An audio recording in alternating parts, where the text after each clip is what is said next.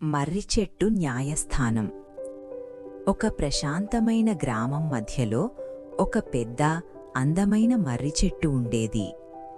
దాని కొమ్మలు చేతులు చాచినట్లుగా ఉండేవి. వేర్లు నేలలో బలంగా పాతుకుపోయేవి.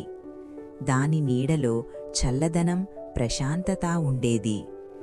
తరంతరాలుగా ఆ మర్రి చెట్టు గ్రామానికి హృదయంలా నిలిచింది. గ్రామంలో ఎవరికైనా గొడవలు వచ్చినప్పుడు దూరంలోని కోర్టులకు వెళ్లేవారు కాదు. అందరూ ఆ మర్రి చెట్టు కిందే వచ్చేవారు.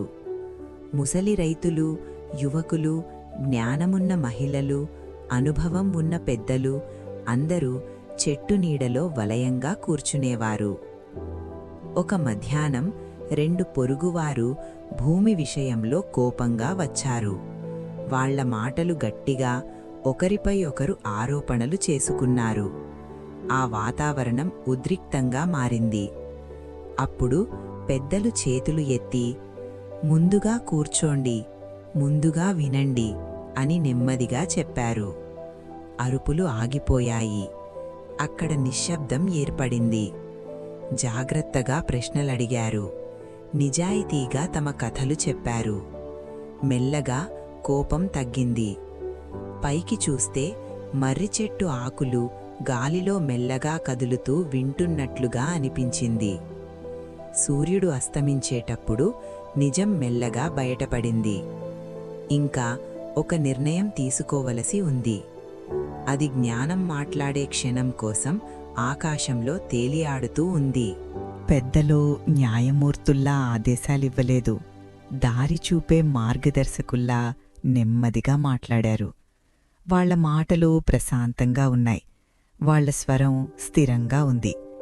ఇరువురికీ న్యాయం జరిగేలా సరళంగా, గౌరవంతో ఉండే పరిష్కారాన్ని చెప్పారు. ఎవరినీ అవమానించలేదు. ఎవరూ చిన్నవాళ్లలా అనిపించుకోలేదు. ఎవరూ ఓడిపోయినట్టు వెళ్లలేదు. ఆ 2 పొరుగువారు ఒకరినొకరు చూశారు. మెల్లగా వాళ్ల కోపం తగ్గి అర్థం చేసుకునే మనసుగా మారింది. వాళ్ళు తల ఊపి ఒప్పుకున్నారు. ఒక ముఖ్యమైన విషయం వారికి అర్థమైంది. కోర్టులో మాట్లాడితే మనసులో భయం ఉంటుంది. మర్రి చెట్టు కింద మాట్లాడితే మనసులో నిజముంటుంది. ఇప్పుడక్కడ అరుపులు లేవు. నిశ్శబ్దమైన అంగీకారమే ఉంది. ఏళ్ల తరబడి అదే చెట్టు కింద ఎన్నో సమస్యలు పరిష్కారమయ్యాయి. కుటుంబ గొడవలు సహనంతో తేలాయి. డబ్బు విషయాలు నిజాయితీతో పరిష్కరించబడ్డాయి. గ్రామ నిర్ణయాలు ఐక్యతతో తీసుకున్నారు. ఆ మర్రి చెట్టు న్యాయస్థానంగా ప్రసిద్ధి చెందింది. ఫైలు లేవు, న్యాయవాదులు లేరు, తాళం వేసిన తలుపులు లేవు. వినే చెవులు, తెరిచిన మనసులు, పంచుకున్న జ్ఞానమే ఉంది. అందుకే ఆ గ్రామం ప్రశాంతంగా నిలిచింది. కఠిన చట్టాల వల్ల కాదు, ఒకరిపై ఒకరు నమ్మకం పెట్టుకుని భయం కన్నా అర్థం చేసుకోవడాన్ని ఎంచుకున్నందువల్ల. నీతి, జ్ఞానం సమాజంలోనే జీవిస్తుంది. చూసినందుకు ధన్యవాదాలు. ఇంకా ఇలాంటి మంచి కథల కోసం టైనీ టాడ్లర్ టైమ్స్ ఛానల్కు సబ్స్క్రైబ్ చేయండి.